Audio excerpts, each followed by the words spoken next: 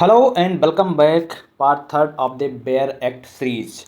In this video, we will discuss each article clause by clause from 12 to 18. In my earlier two videos of the Bear Act, I have discussed in detail with the proper example from Article 5 to Article 11. Okay, so if you haven't watched the video two part, then I will recommend you to watch first that parts and then watch this part, okay, to clear your understanding. Now from today we will discuss part third of the Indian Constitution, and this part deals with the fundamental right, okay, and this is the most important part of the Indian Constitution. Now the first question is, why Constitution is wrote or written? What do you think? What are the objectives to write a constitution of any country? The main objective of the accountability. When you have a written constitution, or when you have a constitution in your country, then the government, the people will be accountable one. Okay, so the most important part of Indian Constitution is the fundamental right. So first of all, let us understand what is fundamental right is all about. So fundamental right is basically something that are fundamental in nature. What is does fundamental means? That means essential in nature for the human survival. Okay, now how can you say that it is essential for the human survival? Because the fundamental rights pave the way for the freedom of the people, for the speech, for the expression, to form association, to express your views. All these rights are essential part or the components of the human life, to walk freely. Okay, so these are the fundamental in nature, and that's why fundamental right part third of the Indian Constitution becomes important one.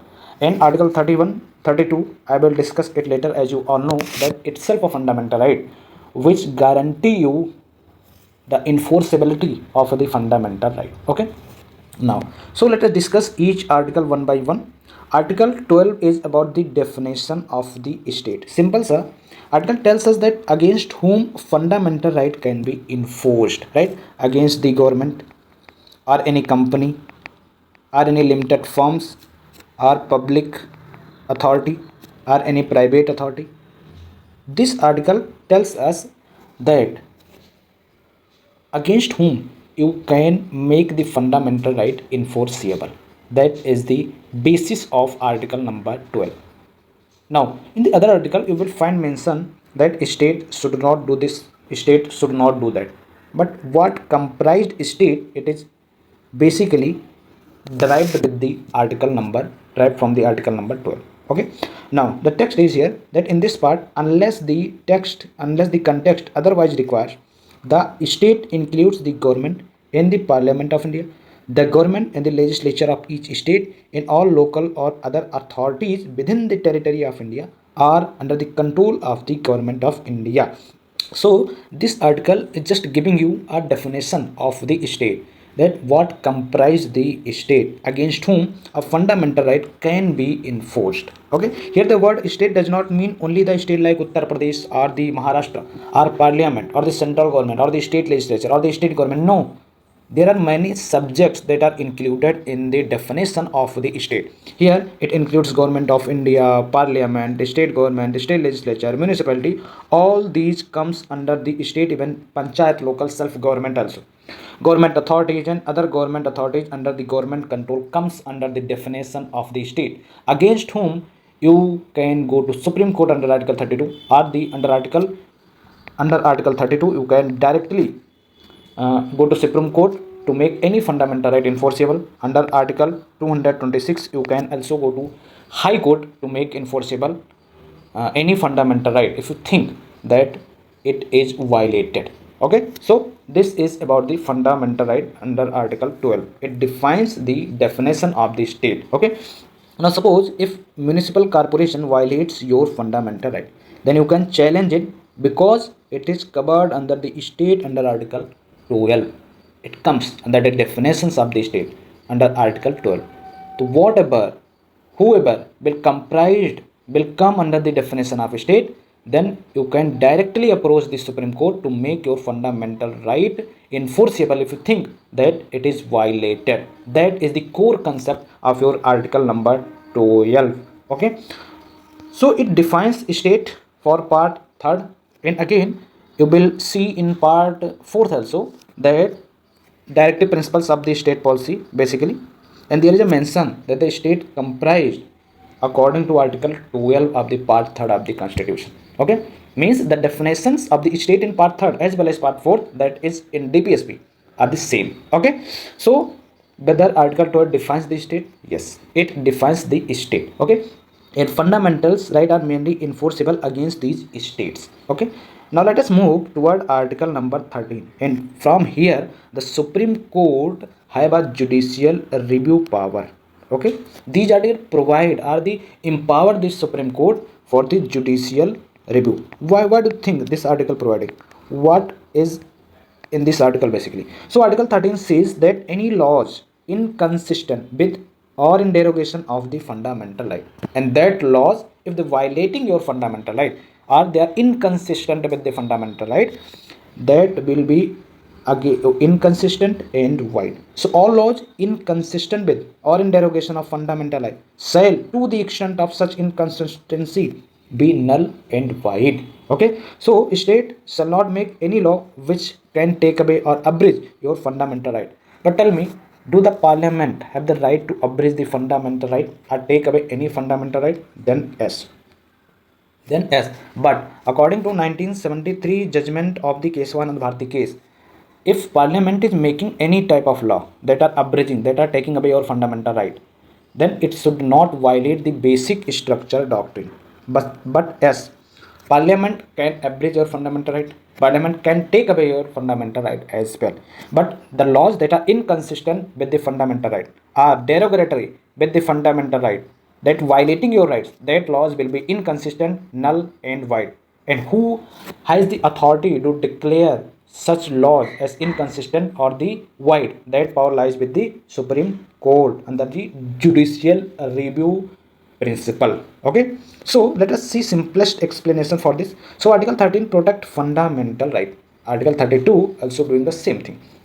So if any law, let's suppose, violates your fundamental right, and that law automatically will become invalid, not automatically but by the judicial review.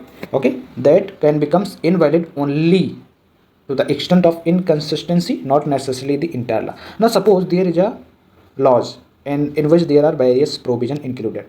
Now among these 5 provision, let's suppose 3 provision that are inconsistent with the fundamental right, and the remaining 2 provision is basically not violating the fundamental right, then these laws as a full will not be declared null and void. No, these provision 3 that are inconsistent with the fundamental right, that can be declared as null and void, and the remaining other 2 provision can be a basically legal basis. Okay, so laws comprised of various provision, but those provision will be null and void who violating the fundamental right, and the remaining provision will be as it is. Okay, so it also prohibits the state from the making laws that take away or reduce your fundamental right. But yes, parliament has the power to abridge, to take away your fundamental right. Okay, but always remember, it should not violate the doctrine of the basic structure. Now, if a law completely bans peaceful public meeting and without constitutional justification, the courts may declare that a part of the law void. Okay, so from the exam point of view, article 13 can be called as the guardian of the fundamental right, and judicial review is based on this article. Okay, so article 12 and article 13. Now I have explained it that only the inconsistent part becomes void. Article 14 here from from article 14 to article 18, it is about the rights of equality. Rights of equality. Okay, article 14 to 18. Article 14 says equal protection of laws. Okay, so the state shall not deny any person equality before the law or the equal protection of the law within the territory of India. Okay, now suppose you are a friend. Okay, there are 2 friends. Now this friend and this friend committed same type of crime. Okay, now according to the penal provision that are present in India, or penal laws present in India, now if they committed same kind of crime, then they will be punished with the same provision.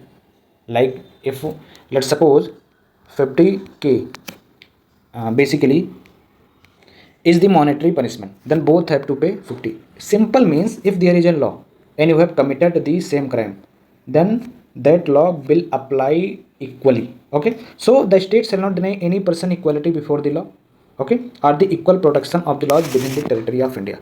What does equal protection of laws means here? Simple concept is that equal protection of laws means that if he committed crime and he also committed the same crime, okay, now the crime committed against the person and the crime he committed against the person, they have a equal protection of laws. Okay, this these both men will be punished. Okay, so it is equal protection of laws. That means you cannot privilege one person or the other over other person. Okay, simplest mean everyone is equal before the law, whether a person is rich or poor, powerful or ordinary, doesn't matter. In front of the law everyone is equal and same laws will apply. Simple meaning.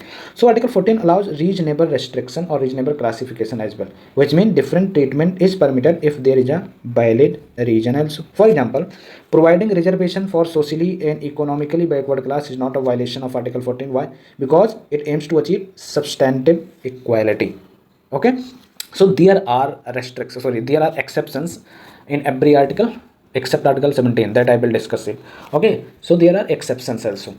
Now exam point, from exam point of view, you can mind these statement that equality before law provided under article 14, equal protection of laws under article 14, and reasonable classification is also permitted. Now article 14 prohibit discrimination on ground of what ground? Religion, race, caste, sex or place of birth. So here you can see that there are 5 grounds mentioned, right? Only on these grounds there are prohibition of discrimination: religion, race, caste, sex and place of birth. You must remember all these grounds and the grounds mentioned in every and each article. Okay, and on only that ground it state shall not do this, state shall not do that. Okay, so state shall not discriminate against any citizen only on the ground of religion, race, caste, sex or place of birth. That is the simple meaning.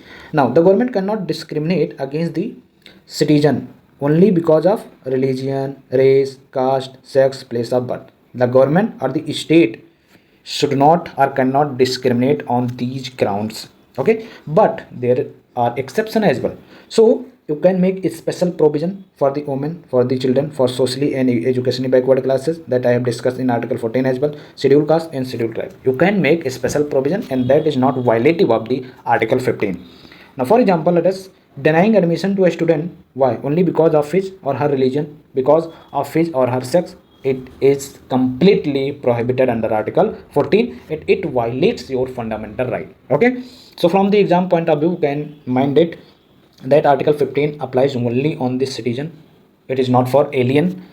List 5 prohibited ground and it allows affirmative action like making provision to improve the condition of the women to children. All these are the affirmative actions that in the end have positive impact on the society or on a group. So this is article 15. Now article 16 is talking about equality of opportunity in matters of public employment, sarkari naukari. Okay, so article 16 says that there shall be equality of opportunity for all citizens in matter of relating to employment for appointment to any office under the state. Okay, now simple explanation is that every citizen should get an equal chance to apply for a government job. Now let's suppose there is a notification of a government job, right? On the basis of the grounds, what ground? Religion, race, caste, sex, descent, place of birth or residence. How many grounds are mentioned? 1, 2, 3, 4, 5, 6 and 7. 7 grounds are mentioned. Now only on these grounds you cannot say that these persons are not eligible for this job. That is the simple meaning. Everyone, if they are eligible, they can fill this vacancy to get a government job. So government will not discriminate, will not disallow only on the religion of race, caste, sex, descent, place of birth or residence. Okay, 1, 2, 3, 4, 5, 6 and 7. So there are 7 grounds mentioned in article 16. Okay, now however reservation in public employment are allowed under the constitution for the eligible categories, as I have mentioned in Article 15 as well, for socially backward classes, women, children, SC, ST. Okay, so Parliament has the power to make a special provision, and the state also has the power to make a special provision to uplift them. Okay, so suppose a qualified candidate, if they are eligible for the certain vacancy, then cannot be rejected solely because of caste or religion. From exam point of view, equal opportunity in government employment from the Article 16 applies only to public employment, not any private. This is the thing that you should mind. But let me tell you honestly that even private companies can't discriminate.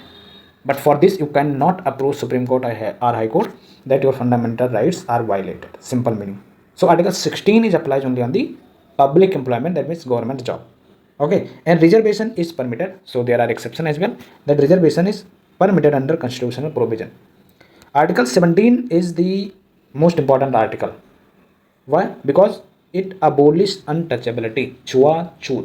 Okay, and the birth of this untouchability is coming from casteism.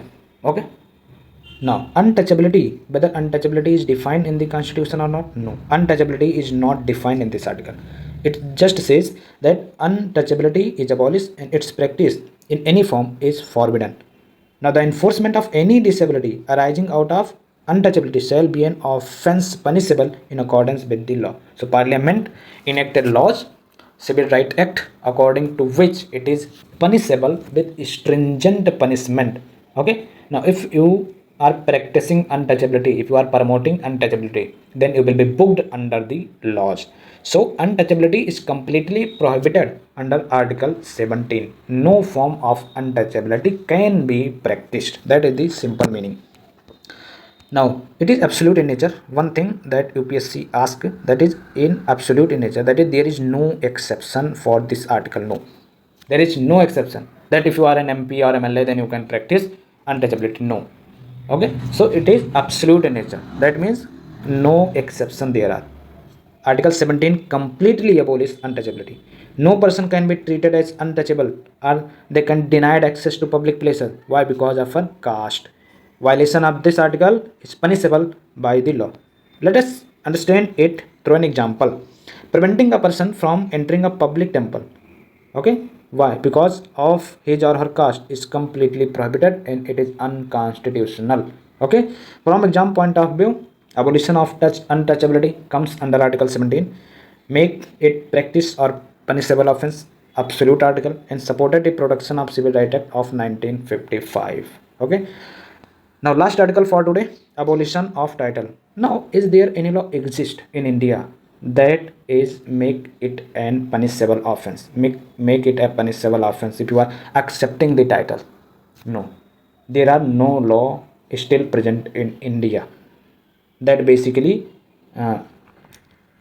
punishable, that making punishable offense when you accept the title. But according to constitution, abolition of titles meaning no title not being a military or academic distinction shall be conferred by the state. That means no citizen of India shall accept any title from any foreign state. Okay, now India does not allow hereditary or honorary title like Sir, Rai Bahadur, Nawab. No, you cannot use its suffix or a prefix also because it is unconstitutional. Okay, why? Because of to create social equality and get out from the social inequality. But there are two distinctions that are permitted, are two type of titles that are permitted. One is military title and second one is academic title. These type of articles are permitted. Okay, if you have a doctorate degree, PhD degree, then you can use doctor. If you are a general or commander in Indian Army, then you can use it as a title. Okay, for in prefix or suffix in your name. But there are certain exceptions as well, like Bharat Ratna, Padam Vibhushan, Padam Bhushan, and Padam Shri. Whoever got this award, they can mention it because these are the not title, these are the achievements. Okay, that's why it is valid because not considered title and cannot use it prefix or suffix to a person name. Okay, now I'm not saying that you can't use, you can use it as a prefix or suffix, but you can mention because these are not the titles. Okay, now for example, writing Padma Shri Rahul Sharma is permanent title before a name, it is not permitted. Now let me ask a question, that if this is not title, then why it is not permitted? And if it is not title, it is just an achievement, then why it is not permitted? Because Article 18 allows us that you have to abolish the title, but there are some exception as well. Okay, so Padam Sri Rahul Sharma, you can't use this as a permanent title, but you can mention it in your bio. So it abolished title, military and academic distinction are allowed, and national award are not constitutional titles. Okay, so let us take a quick revision. Article 12 tells us about the definition of state. Article 13 says that any laws that are inconsistent with the fundamental right will be unconstitutional, will be void. Okay, and this gives the Supreme Court the power to judicial review. And Article 14 talking about equality before law. Article 15 says that no discrimination on a specific ground. There are 5 grounds that are mentioned under Article 15, and there are 7 grounds mentioned under Article 16 that talking about equal opportunity in public employment. And Article 17 also talking about abolition of untouchability. You can't practice untouchability. It is an punishable offense under Article 17 also, and Parliament enacted a law, Protection of Civil Rights Act 1955, and that also made it as punishable offense, and Article 18 about the abolition of title. So this was the part third of your Bear Act. I have discussed from the article number 12 to 18, and fundamental right from 12 to 35. Okay, and from 14 to Article 18, right? This was the right to equality. In all these articles you will found that we were talking about the equality. So let us know in comment section how was this series, if you watched the entire videos, and let me know in the comment section if you have any suggestion or you can suggest any type of improvement. Then let us know in comment section, and also share with your fellow aspirant, like and also subscribe it, and let's meet in another video.